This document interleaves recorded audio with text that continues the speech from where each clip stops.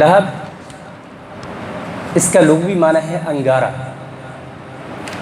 اس کی وجہ تسمیہ یہ بھی ہے کہ ابو لہب کو لہب اس لیے کہا جاتا تھا کہ اس کا چہرہ بڑا خوبصورت تھا اور سفید سرخی مائل تھا، اس میں سرخی تھوڑی سی زیادہ تھی جس سے اس کی خوبصورتی اور بڑھ جاتی تھی اور بہت چمکدار محسوس ہوتا تھا، اس سے اس کا نام پڑ گیا ابو لہب۔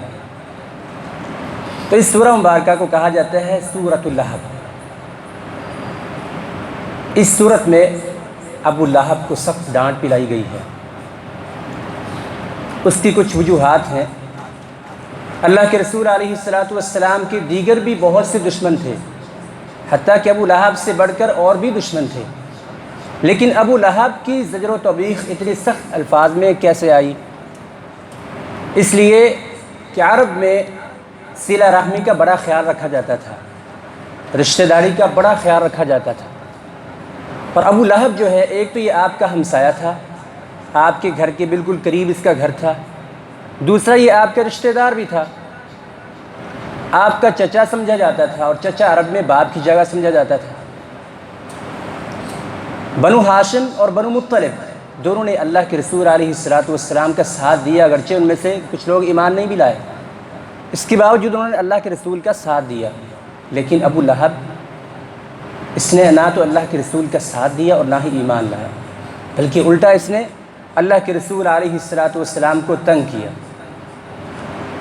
ایک تو اس نے اخلاقی اصول کو توڑا، عرب میں جو ایک اصول قائم تھا رشتہ داری کو قائم رکھنے کا، اس کو بھی توڑ دیا۔ آپ علیہ السلام کی دو بیٹیاں حضرت رقیہ اور ام کلثوم، ان دونوں کا نکاح ابو لہب کے دونوں بیٹے عتبہ اور عتیبہ دونوں سے کیا گیا تھا۔ ابو لہب اسلام دشمنی میں اتنا اندھا ہوا کہ اس نے ابو لہب نے اپنے بیٹے سے کہا کہ تم محمد کی دونوں بیٹیوں کو طلاق دے دو، اپنے بیٹوں سے کہا اپنی محمد کی بیٹیوں کو طلاق دے دو، نہیں تو میں تمہیں دیکھوں گا بھی نہیں۔ اور حتیٰ کہ عتیبہ نے اپنے باپ کے کہنے پر یا اکسانے پر نعوذ باللہ اللہ کے رسول علیہ السلام کے چہرہ اقدس کی طرف تھوکا بھی، لیکن آپ تک وہ پہنچ نہیں پایا۔ پھر اللہ کے رسول علیہ السلام نے اس کو بد دعا دی، اور وہ ایک شام کے سفر پر تھا جہاں شیروں نے اس کو پھاڑ کھایا۔ تو یہ اس کی دشمنیاں تھیں اللہ کے رسول علیہ السلام کے ساتھ۔ اس طرح ہی اس کی بیوی ام جمیل جس کا نام عروہ تھا، ابو سفیان کی بہن، اس نے بھی اللہ کے رسول علیہ السلام کو بہت تنگ کیا، اسپیشلی کانٹے اور اس طرح کی چیزیں اکٹھا کرتی تاکہ وہ اللہ کے رسول علیہ السلام کے راستے میں رکھے، اور رکھتی بھی۔ اللہ کے رسول علیہ السلام فرماتے یہ کیسی ہمسائیگی ہے، یہ کیسی ہمسائیگی ہے؟ بس آپ علیہ السلام اتنا ہی ارشاد فرماتے، کبھی آپ نے اس خاتون کو گالی نہیں دی، کبھی آپ نے اس کو برا بھلا نہیں کہا، نہ ابو لہب کو برا بھلا کہا، بس یہ فرمایا یہ کیسی ہمسائیگی ہے۔ اور ابو لہب اللہ کے رسول علیہ السلام کے پیچھے پیچھے چلتا، آپ لوگوں کو تبلیغ کرتے اور اونچی آواز سے آواز لگاتا یہ شخص دیوانہ ہے، یہ اپنے باپ کے دین سے پھرا ہوا ہے، اس سے دور ہو جاؤ، اس کی بات نہ مانو۔ لوگ سمجھ جاتے کہ یہ شخص جو ہے اللہ کے رسول کی مخالفت میں اندھا ہو گیا ہے۔ ایک دفعہ اللہ کے رسول علیہ السلام جب صفا پہاڑی پر چڑھے، آپ کو اعلانیہ تبلیغ کا حکم ہوا، آپ نے سب کو ایک ندا لگائی اور فرمایا واہ صباحا، ہائے صبح کی آفت۔ یہ کلمہ تھا جس سے پکار کر قریشی لوگوں کو اکٹھا کرتے تھے کسی اہم معاملے کے لیے۔ آپ علیہ السلام نے اکٹھا کیا۔ جب آپ نے لا الہ الا اللہ کی دعوت دی اور انہیں مستقبل میں آنے والے عذاب سے ڈرایا، تو ابو لہب نے آپ علیہ السلام کو یہ کہا تبا لک، یعنی کہ آپ کے لیے تباہی ہو، نعوذ باللہ من ذالک، یہ الفاظ کہے، یا یہ کہے کہ آپ کے نعوذ باللہ ہاتھ ٹوٹ جائیں۔ تو اللہ رب العزت کو بہت غصہ آیا، پھر اس کے لیے پھر اللہ تعالیٰ نے ایک سورت کو ہی نازل کر دیا۔ آئیے ہم سورت کا ترجمہ پڑھتے ہیں، چونکہ یہ سورہ مبارکہ بھی ہم اکثر نمازوں میں سنتے رہتے ہیں، مغرب کی نماز میں، یا خود بھی ہم پڑھتے رہتے ہیں، آسان سورہ ہے، چھوٹی سورہ ہے۔ تبت ٹوٹ جائیں، یدا ابی لہب، دونوں ہاتھ ابو لہب کے، وتب اور وہ ہلاک ہو گیا، یعنی کہ اس کے مستقبل کا تذکرہ ہے۔ انسان کے جو دونوں ہاتھ ہیں یہ قوت اور طاقت سمجھے جاتے ہیں، اور انسان کے جو بھائی ہوتے ہیں کہتے ہیں کہ یہ اس کی طاقت ہے، بھائی بیٹے یہ انسان کی طاقت ہوا کرتے ہیں۔ تو اللہ تعالیٰ نے اس کی تباہی کا تذکرہ کر دیا، تبت یدا ابی لہب، ٹوٹ جائیں دونوں ہاتھ ابو لہب کے، نہ اس کے دونوں بیٹے اس کے کام آئے اور نہ ہی اس کا قبیلہ اور اس کے یار اور اس کے ساتھی۔ بدر کے میدان میں سارے کے سارے مارے گئے۔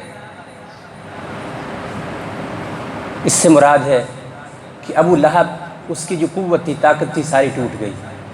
وتب اور ہلاک ہو گیا، ما اغنى عنہ مالہ، نہ کام آیا اس کا مال، اس کا مال اس کے کوئی کام نہ آیا، وما کسب، اور نہ جو اس نے کمایا۔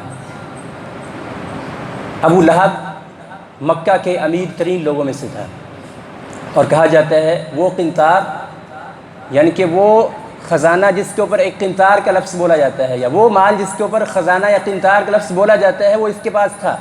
7.5 کلو سونے کا مالک تھا اور دیگر اشیاء کا مالک تھا۔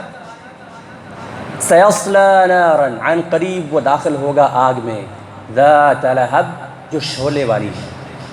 اس کا چہرہ اگرچہ خوبصورت ہے، چمکدار ہے، قریشی ہے، لیکن اس کے باوجود وہ آگ میں داخل ہوگا، اس کا قبیلہ اس کو کوئی فائدہ نہیں دے پائے گا۔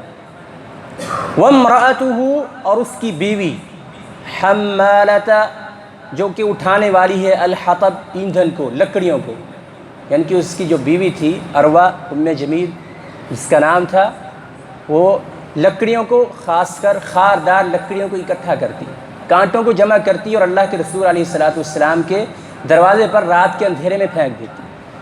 تو یہی کام وہ کرتی رہے گی، جہنم میں بھی وہ یہی کام کرے گی۔ وامرأتہ حمالۃ الحطب، یا یہ ہے کہ وہ اپنی آگ کو بھڑکانے کے لیے جہنم میں اور ایندھن اکٹھا کرے گی۔ اس کی کیفیت تو اللہ تعالیٰ ہی جانتا ہے کہ اس کی کیفیت کیا ہوگی، اتنی دہتی ہوئی آگ میں بھی وہ چیزیں اکٹھی کر رہی ہوگی۔ یہ سزا ہے جو اللہ تعالیٰ نے مقرر کر رکھی ہے، اور اس کی کیفیت اللہ تعالیٰ جانتا ہے۔ اس کا کچھ حصہ اللہ تعالیٰ نے یہاں پر تذکرہ فرمایا ہے۔ وامرأتہ، اور اس کی بیوی، حمالۃ، جو کہ اٹھانے والی ہے، الحطب، ایندھن کو، فی جیدہا، اس کے گلے میں، حبل، رسی ہوگی، من مسد، بٹی ہوئی رسی۔ یہ ایک خاص قسم، عرب جو تھے کھجور کے پتے وغیرہ یا اس سے جو چیزیں حاصل ہوتی ہیں اس سے رسیاں وغیرہ بناتے تھے، کچھ چیزیں بناتے تھے۔ تو یہ اس کی طرف اشارہ ہے کہ اس کے گلے میں اس طرح کی مونج کی رسی ہوگی، کیونکہ عروہ ام جمیل بہت زیادہ سونا پہنتی تھی اور بڑے فخر سے پہنتی تھی، اور اس کے پاس بہت دولت تھی۔ تو یہاں پر بیان کرنا مقصود ہے کہ جہنم میں جو اس کا زیور ہوگا وہ کیا ہوگا؟ آگ کی رسی، مونج کی رسی، جہنم میں اس کے گلے میں وہ رسی پہنائی جائے گی۔ تو یہ ہے سورہ لہب، جس میں اللہ کے رسول علیہ السلام کی ہجو کرنے والے شخص کی سخت سے سخت مذمت ہے، اور اس کی موت وہ بھی دنیا کے لیے عبرت ہے۔ کوئی بھی شخص جس نے اللہ کے رسول علیہ السلام کو تکلیف پہنچائی ہے، جس نے اللہ کے رسول علیہ السلام کے مقصد کو تکلیف پہنچائی ہے، شریعت کو تکلیف پہنچانے کی کوشش کی ہے، اس کی سزا اللہ تعالیٰ نے دنیا میں بھی ذلت رکھی ہے اور آخرت میں بھی اس کے لیے دردناک عذاب ہے۔